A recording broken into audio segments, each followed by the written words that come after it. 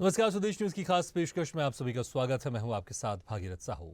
28 मंत्रियों की शपथ के साथ ही मोहन सरकार ने आकार ले लिया है। अब मुख्यमंत्री सहित 31 हैवीवेट चेहरे मध्य प्रदेश के मंत्रिमंडल में शामिल हैं। अनुभव, प्रशासनिक क्षमता, उपयोगिता के साथ क्षेत्रीय संतुलन, जातीय हिस्सेदारी जैसी सुई के छेद से बारीक धागे को निकालकर मोहन की माला पिरोई गई है। मंत्रिमंडल की पहली अनौपचारिक बैठक भी हो गई है और अब इंतजार विभाग बंटवारे का है। जाहिर है, जिन 3 पूर्व सांसदों को कैबिनेट मंत्री बनाया गया है, साथ ही राष्ट्र महासचिव जैसे बड़े कद को मंत्री पद दिया गया है, सभी की अपेक्षा बड़े विभागों की होगी। हालांकि जिस प्रकार मंत्रिमंडल विस्तार में भाजपा के शीर्ष नेतृत्व ने चौंकाया है, बहुत उम्मीद की जानी चाहिए कि परफॉर्मेंस के आधार पर ही विभाग दिया जाएगा। राजकोषीय घाटे से उबरने के अलावा 24 का टारगेट भी पूरा करना है। लिहाजा मोहन सरकार लोगों के लिए मनमोहन बने, इस आधार पर विभागों का बंटवारा किया जाएगा। छत्तीसगढ़ का उदाहरण सामने है। अभी तक मंत्रियों को विभाग का इंतजार करना पड़ रहा है। ऐसे में कयास ये भी है, नेतृत्व जल्दबाजी में नहीं है। वैसे वित्तीय, वाणिज्यकर, गृह, लोक निर्माण, नगरीय प्रशासन, पंचायत, परिवहन, महिला बाल विकास, ऊर्जा जैसे महकमे में बड़े चेहरे ही आएंगे। और पहली बार प्रदेश में भाजपा ने 2 उप मुख्यमंत्री पद का प्रयोग किया है।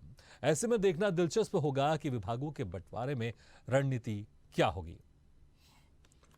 और इसी खास मुद्दे पर हम चर्चा करेंगे कि आखिर किन किन को क्या क्या विभाग मिल सकता है और इसमें कितना समय लगेगा, क्योंकि हमने देखा है जिस तरह से मुख्यमंत्री को लेकर भी बड़ा हमको समय लगा, उसके बाद फिर कौन कौन विधायक मंत्री बनेंगे इसको लेकर भी बीजेपी ने बड़ा समय लिया। चलिए इस पर चर्चा हम शुरू करते हैं और हमारे साथ जो मेहमान मौजूद है मैं उनका आपके साथ तारुफ कराया। तो हमारे साथ हैं वरिष्ठ पत्रकार प्रदीप तिवारी जी, वरिष्ठ पत्रकार सूर्यकांत चतुर्वेदी जी और स्वदेश न्यूज की एसोसिएट एडिटर मुक्ता पाठक जी। आप सभी मेहमानों का बहुत बहुत स्वागत है हमारे इस खास चर्चा में। सबसे पहले मैं आना चाहूंगा, जिस तरह से यहाँ पर बहुत सारे विधायक है, उनको मंत्री पद की जिम्मेदारी दी गई है, अब इंतजार है विभागों को लेकर। सूर्यकांत चतुर्वेदी जी, अब विभाग को लेकर यहाँ पर इंतजार है, क्या लगता है आपको इसमें भी समय लगेगा? और या फिर जिस तरह से विधायकों का चयन हुआ है मंत्रियों के लिए, क्या पहले से ये डिसाइड है कि किस किस विधायक को कौन कौन सा विभाग मिलेगा, या फिर अब इस पर भी मंथन होगा, इस पर भी केंद्र का इंतजार करना पड़ेगा, नेतृत्व का इंतजार करना पड़ेगा, या सब कुछ डिसाइड है, शाम तक क्लियर हो जाएगा या कल तक डिसाइड हो जाएगा? मुझे लगता है कि जिस तरह से मंत्रिमंडल के विस्तार में देरी हुई है, उस तरह की देरी विभागों के वितरण में देखने को नहीं मिलेगी। इसकी वजह यह है, जो खबरें आ रही हैं कि इस नामों को तय करते समय ही विभाग भी तय कर लिए गए हैं और उस पर लगभग एक अंतिम दौर की कवायद की जानी है और वो कवायद होने के बाद आज शाम तक या कल तक विभागों का वितरण हो जाएगा। तो मुझे लगता है कि इसमें तो देरी होगी नहीं, और देरी होने के जो कोई ऐसी बड़ी वजह भी अब समझ में नहीं आ रही है। जिस तरह से मंत्रिमंडल में चेहरों का चयन हुआ है, उसके बाद से मुझे नहीं लगता है कि इसमें कोई देरी होगी। विभागों की जहाँ तक बात है, तो जिन्हें पूर्व से सरकार चलाने का अनुभव है, उन बड़े चेहरों को मुझे लगता है कि बड़े विभाग दिए जाएंगे। उसमें कुछ चेहरे जरूर ऐसे हैं कि जिनके जो पिछली सरकार में जिनके पास बेहद महत्वपूर्ण या बड़े विभागों के का दायित्व था, उनमें कहीं ना कहीं इस बार बेहद फेरबदल देखने को मिलेगा। और मुझे लगता है कि जिन्हें भारी विभाग पहले मिल चुके हैं, उनको इस बार कमज़ोर विभाग मिलेंगे और नए चेहरों को भारी विभाग मिलेंगे। उनमें भी जैसे प्रहलाद पटेल हैं, राकेश सिंह हैं या कैलाश विजयवर्गीय जी हैं, इनके पास बेहद महत्वपूर्ण विभाग रहने वाले हैं। जी बिल्कुल, इसमें और इंतजार करना पड़ेगा, कुछ देर बाद हो सकता है शायद आज शाम तक क्लियर हो जाए या फिर कल तक क्लियर हो जाए। लेकिन मुक्ता पाठक जी, जिस तरह से कल हमने बताया था कि कौन कौन से विधायक होंगे जो मंत्री पद की शपथ लेंगे, और वो जो हमारी ब्रेकिंग न्यूज थी वो सही साबित हुई, और जिन लोगों के नाम हमने बताए थे वही नाम सामने आए और उन्हीं विधायकों ने मंत्री पद की शपथ ली। अब यहाँ पर क्या कुछ चल रहा है, कौन कौन से विधायक, क्योंकि देखिए बड़े जो विभाग होते हैं इसको लेकर हमेशा माथापच्ची होती है यहाँ पर किस किस को विभाग देना चाहिए। लेकिन यहाँ पर सिर्फ बड़े विभाग नहीं, यहाँ पर बड़े बड़े नेता भी हैं, बड़े बड़े कद्दावर चेहरे भी हैं कि आखिर किनको कौन कौन सा विभाग दिया जाए। आपके अनुमान के हिसाब से जो खासकर जो बड़े बड़े विभाग होते हैं वो किन किन को दिए जा सकते हैं? मुख्यमंत्री कौन सा विभाग अपने पास रख सकते हैं? उप मुख्यमंत्री को कौन सा विभाग दिया जा सकता है? जो सांसद हैं जिन्होंने विधायक का चुनाव लड़ा है, उनको कौन से विभाग दिए जा सकते हैं? देखिए, बिल्कुल वाजिब सवाल है, क्योंकि मंत्रिमंडल का गठन हो गया है। लेकिन जैसा अभी बताया गया, जैसा हम देख रहे हैं, जिस तरीके से सीएम का चुनाव हुआ, सीएम के चेहरा, एक बिल्कुल नया मुखिया मिला है मध्य प्रदेश को। उसके बाद से हमने देखा डॉक्टर मोहन यादव 3 बार दिल्ली गए, मंथन हुआ, चिंतन हुआ, उसके बाद कैबिनेट का गठन हुआ।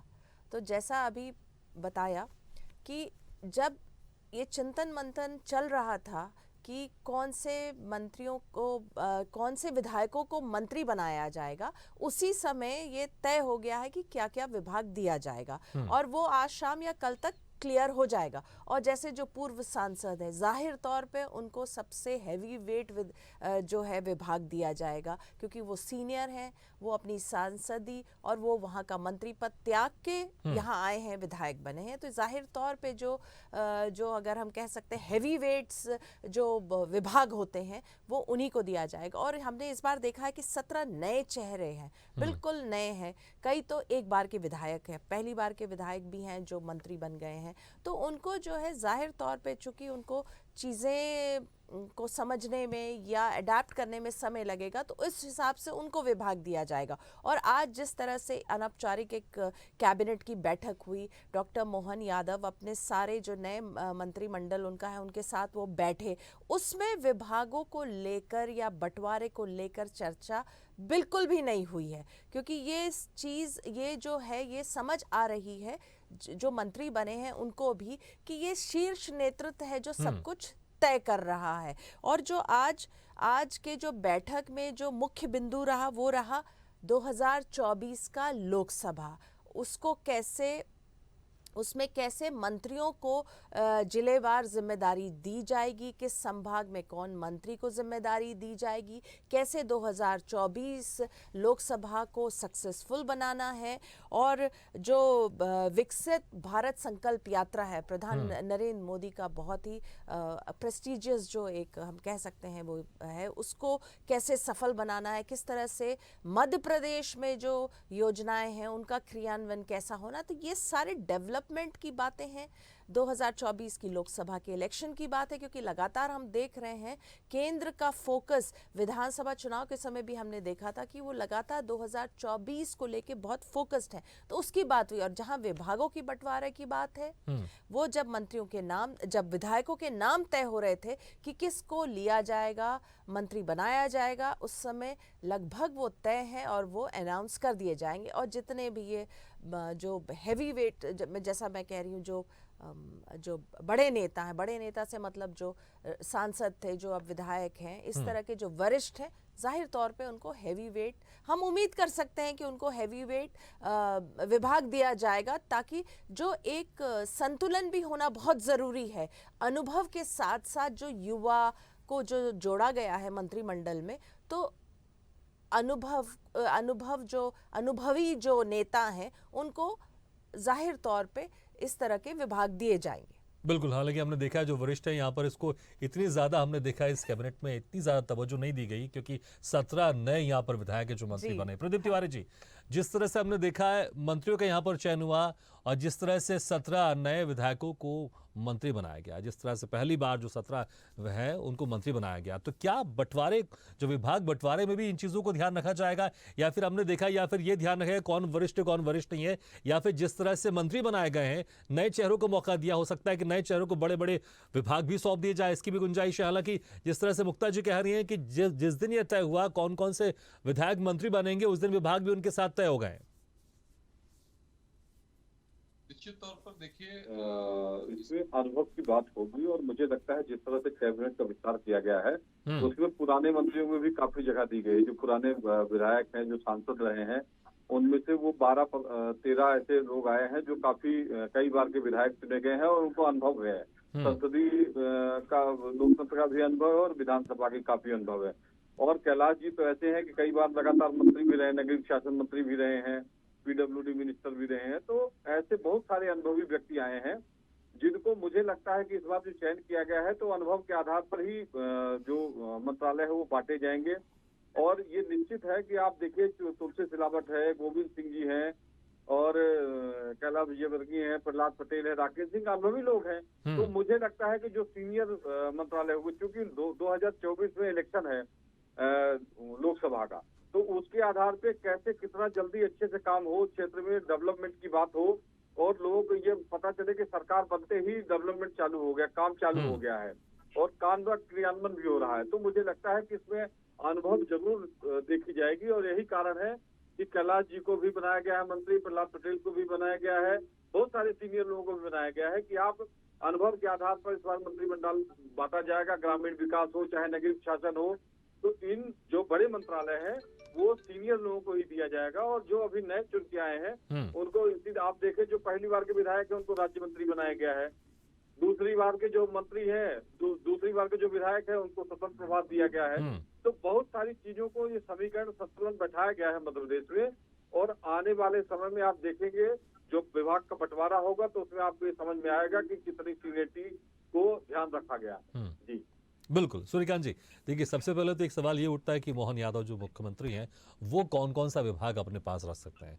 हम देखें शिवराज कैबिनेट में वो उच्च शिक्षा मंत्री रहे हैं, क्या वो विभाग अपने पास फिर से रखना चाहेंगे? कौन कौन से विभाग वो अपने साथ रख सकते हैं?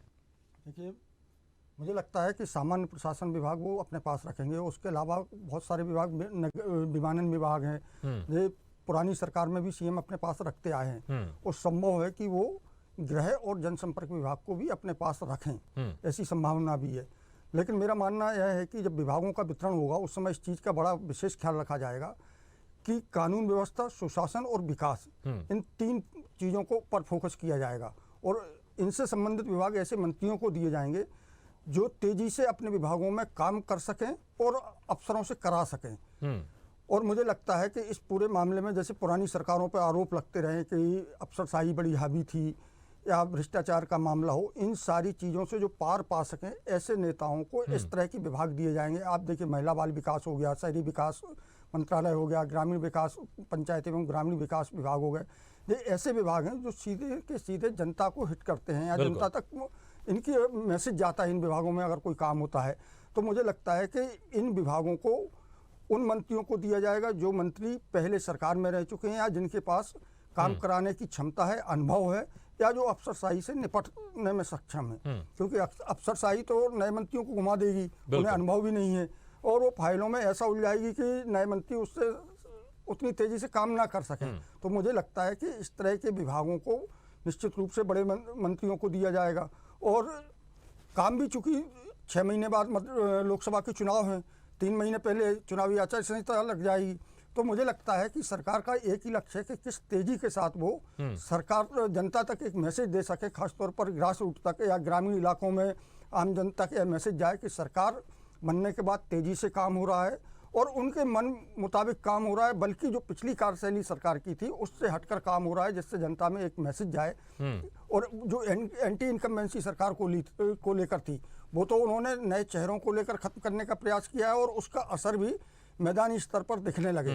तो इस चीज़ पर बड़ा फोकस रहने वाला है और खासतौर पर विपक्ष जिन चीज़ों को मुद्दा बनाने का प्रयास करेगी, क्योंकि लोकसभा चुनाव है, उसके पहले कहीं ना कहीं मध्य प्रदेश की कांग्रेस में भी फेरबदल हुआ है। पीसीसी चीफ के रूप में जीतू पटवारी आए हैं, वो उन्हें माना जाता है कि वो एक आक्रामक शैली के नेता हैं। तो वो कहीं ना कहीं अपना उपस्थिति दर्ज कराने के लिए इस तरह के मामलों को उठाएंगे और गंभीरता से उस पर बात करने का प्रयास करेंगे। तो इन सारी चीज़ों को देखते हुए अनुभवी नेताओं को ही बड़े विभाग दिए जाएंगे और मुख्यमंत्री स्वयं, जैसा आपने कहा, नगरीय विमानन विभाग तो रखेंगे, सामान्य प्रशासन विभाग भी रखेंगे और 1-2 और विभाग रख सकते हैं जो विभाग अन्य मंत्रियों को नहीं दिए जाएंगे। वो विभाग मुख्यमंत्री के पास होते हैं और उनको रखा जाएगा। अब उनकी प्राथमिकता क्या है वो अभी पता लगेगा। बिल्कुल मुक्ता जी, जिस तरह से सूर्यकांत चतुर्वेदी जी बोल रहे हैं कि जो नए लोग हैं उनको जो अफसरशाही घुमा देगी, लेकिन हमने देखा राजस्थान में पहली बार के विधायक भजन लाल को मुख्यमंत्री बनाया गया है। तो अब बीजेपी के कार्यकर्ता, ये मैंने देखा बहुत सालों की बात, ये सुना है मैंने, वो कहते हैं भले हम पहली बार मंत्री बन रहे हैं लेकिन हम कई सालों से काम कर रहे हैं। हमारे जो बीजेपी के कार्यकर्ता है कई सालों से काम करते हैं, बड़ा अनुभव है हमको। तो क्या इसको ध्यान में रखा जाएगा कि अनुभव किसको है? बिल्कुल, इसमें बहुत बड़े बड़े कद्दावर नेता हैं जो सांसद रह चुके हैं, कैबिनेट, मोदी कैबिनेट में मंत्री रह चुके हैं। तो यहाँ पर मुझे लगता है शायद ध्यान तो जरूर रखा जाएगा। लेकिन विभागों के बंटवारों को लेकर आपको क्या लगता है? मोहन यादव की बात कर लें, उप मुख्यमंत्री की बात कर लें, अपने पास कौन सा खास तौर से विभाग रख सकते हैं जो सांसद, जो मोदी कैबिनेट में मंत्री रहे वो, और जो सांसद थे वो, जो विधायक का चुनाव लड़े, उनको कौन कौन से विभाग दिए जा सकते हैं? आपका आकलन क्या है? जी बिल्कुल, बहुत सही बात आपने कही। देखिए, कल भी जब स्वेरिंग इन सेरेमनी था, उसके बाद जो विधायक बाहर निकल रहे थे, जो मंत्री बन गए थे, खास करके जो पहली बार मंत्री बन रहे थे, हम लोगों ने कई लोगों से बात की जो पहली बार मंत्री बन रहे थे। जब मैं भी यही सवाल पूछ रही थी कि आप पहली बार मंत्री बन रहे हैं, तो उनमें से एक थे जो पहली बार के विधायक थे और पहली बार मंत्री बने थे, लेकिन बाकी जो थे वो कई सालों से बीजेपी से जुड़े रहे हैं, वो विधायक भी बने रहे। तो उन सबका यही कहना था, एक सुर में बहुत कॉन्फिडेंट थे। सही बात आपने बिल्कुल कही भागीरथ जी, यही पॉइंट मैंने भी कल नोटिस किया था। बहुत कॉन्फिडेंस था, वो आत्मविश्वास से लवरेज थे। वो यही कह रहे थे, हम बीजेपी में बहुत पुराने हैं, पार्टी बहुत पुरानी है, हमें पता है, भले ही हम मंत्री पहली बार बन रहे हैं, लेकिन हम विधायक रहे हैं, हमारी पार्टी पुरानी है, हमें पता है। हम तो ये आत्मविश्वास जो था, ये एक बहुत एक तरह से हम कह सकते हैं एक बहुत सुखद आश्चर्य था। मुझे लग रहा था पहली बार मंत्री हैं तो थोड़े से नर्वसनेस होगा, बिल्कुल नहीं, बिल्कुल आत्मविश्वास से लवरेज की ये पार्टी तो इतनी पुरानी और हम इतने सालों से जुड़े हैं पार्टी से, तो पहली बार अगर हम मंत्री बन रहे हैं तो क्या हुआ, मतलब इसको कम मत आप आंकिए, हमको मौका भी मिला है, ठीक है। लेकिन देखिए 17 नए चेहरों को मौका दिया है, एक बहुत अच्छा मैसेज दिया है बीजेपी ने। जो बीजेपी लगातार हम सुनते आ रहे हैं, जो बड़े बड़े नेता बीजेपी के कहते हैं कि देखिए परिवारवाद नहीं रहेगा, परिवारवाद हावी नहीं होगा, परिवारवाद के खिलाफ है। तो परिवारवाद क्या है? परिवारवाद एक्चुअली ये नहीं कि एक ही परिवार से एक नेता अगर उसका बेटा नेता अगर बन रहा है, अगर वो काबिल है तो वो गलत है, वो नहीं। परिवारवाद एक्चुअल में बीजेपी का ये कहना है। ये देखिए जिस तरह से वो कितने सारे मंत्री जो शिवराज सिंह के कैबिनेट में मंत्री थे, 10 के 10 उनको मौका नहीं दिया गया, आपने नए चेहरों को। तो ये भी तो परिवारवाद के खिलाफ ही एक तरह का हम कह सकते हैं एक बात है। तो जो अब आप बात कर रहे हैं विभागों की, तो देखिए हाँ, ये एक आंकलन है हम लोगों का, क्योंकि ये संभावित है, अभी जब विभाग बटेंगे तब पता चलेगा। हो सकता है बीजेपी इसमें भी वही चौंका दे, जैसा वो लगातार प्रदेश के मुखिया के चयन में जिस तरह से मंत्री कैबिनेट का गठन उसमें चौंका रही है। लेकिन ऐसा हम सोच रहे हैं कि ऐसा तो संभावित ही है कि जो इतने अनुभवी जिनको मंत्री बनाया गया है, जाहिर तौर पे जो विभाग हैं जिसमें एक्सपीरियंस की ज़रूरत होती, तो उन्हीं लोगों को वो दिया जा सकता है। और जो नए मंत्री बने हैं उनको, चूंकि उनको राज्य मंत्री या स्वतंत्र प्रभार या इस तरह से दिया गया है, तो उनको उस तरह के विभागों के साथ अटैच कर दिया जाएगा ताकि वो अनुभव भी हो जाए आगे के लिए। और जो आप बात कर रहे हैं मुख्यमंत्री कौन सा विभाग रखेंगे, तो विमानन तो हमने सालों से देखा है, कांग्रेस के समय भी हमने देखा था, पूर्व मुख्यमंत्री दिग्विजय सिंह उनके पास में रहता था, शिवराज सिंह चौहान के समय भी हमने ये देखा। तो हम उम्मीद कर रहे हैं कि ये डॉक्टर मोहन यादव भी अपने पास रखेंगे। हम उम्मीद ये कर रहे हैं कि जो डिप्टी सीएम है राजेंद्र शुक्ल, वो हालांकि अभी जब कैबिनेट एक्सपेंशन हुआ था तब वो बने थे मंत्री, तब उनको जनसंपर्क दिया गया था। पिछले सत्र यानी 2018 से पहले भी वो जनसंपर्क के मंत्री रहे और बड़ा अच्छा उन्होंने जो था पूरा उनका मीडिया मैनेजमेंट था। तो इस बार हम लोग सबकी उम्मीद है, सभी यही सोच रहे हैं कि शायद जनसंपर्क विभाग उन्हीं को दिया जाए।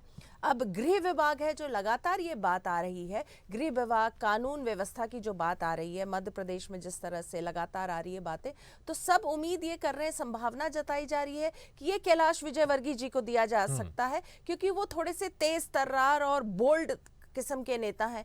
तो गृह विभाग में आपको उसी तरह की एग्रेसिवनेस चाहिए। प्रहलाद सिंह पटेल बहुत सीनियर नेता हैं, बहुत अच्छा बोलते भी हैं। अभी जो विधानसभा का विशेष सत्र था उसमें हमने उनको सुना था, बहुत अच्छा उन्होंने भाषण दिया था, सबका उन्होंने मन मोह लिया था।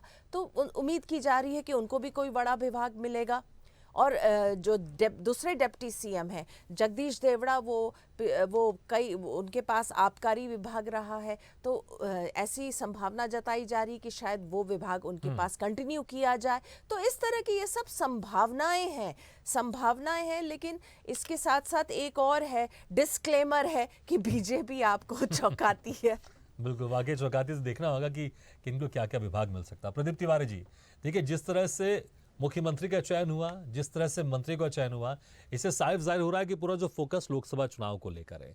तो जो केंद्र की जो योजनाएं हैं, खासकर हम जल जीवन मिशन की बात कर लें, इसमें गांव-गांव में, घर-घर में नल के द्वारा जल पहुंचाने की योजना है। अभी विकसित भारत संकल्प यात्रा चल रही है, प्रधानमंत्री आवास योजना, ये बड़ी-बड़ी योजनाएं, और चाहेगी, केंद्र सरकार चाहेगी कि लोकसभा चुनाव से पहले ज्यादा से ज्यादा जो लाभार्थी उनको इसका लाभ मिल सके।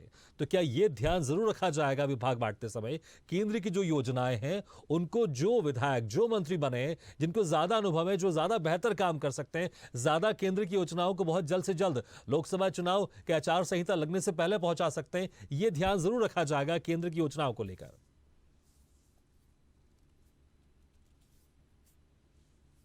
प्रदीप जी, आपको मेरी आवाज सुनाई दे रही है?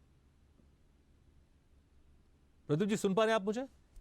चल, लगता है हमारी आवाज नहीं पहुंच पा रही। सूर्यकांत जी, ये सवाल आपसे, क्या केंद्र की योजनाओं को ध्यान में रखा जाएगा उसके हिसाब से विभागों और बंटवारों को, कि लोकसभा चुनाव है, केंद्र चाहेगी कि ज्यादा से ज्यादा जो योजना है वो लाभार्थियों तक पहुंचे और इसका लाभ लोकसभा चुनाव में मिले? निश्चित रूप से भागीरथ जी, और इसकी शुरुआत हो गई है। आपने देखा होगा कि मंत्रिमंडल गठन के ठीक पहले या विस्तार के पहले आप देखें, केंद्र ने एक अतिरिक्त किस्त के रूप में मध्य प्रदेश सरकार को करीब 3500 करोड़ रुपए की राशि जारी की है।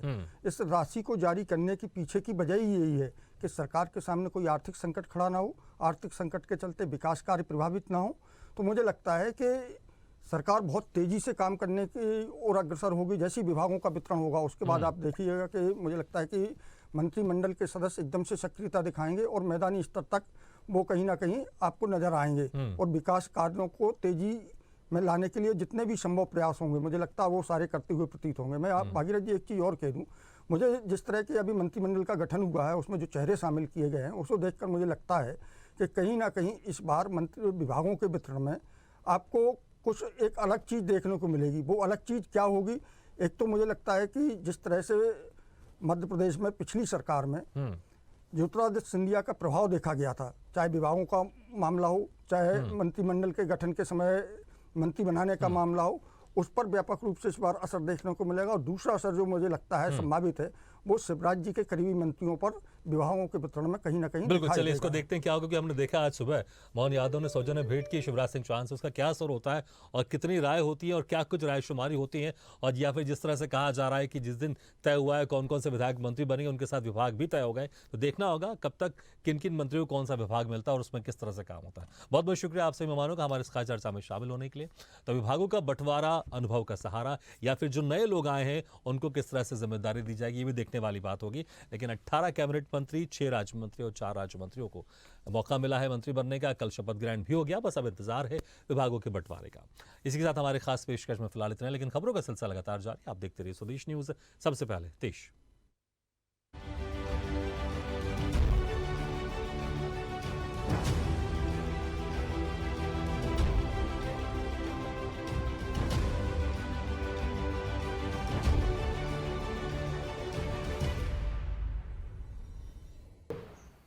ऐसे ही वीडियो के लिए लाइक करें, शेयर करें, फॉलो करें और YouTube पर जाकर सब्सक्राइब करें और बेल आइकन को दबाना ना भूलें।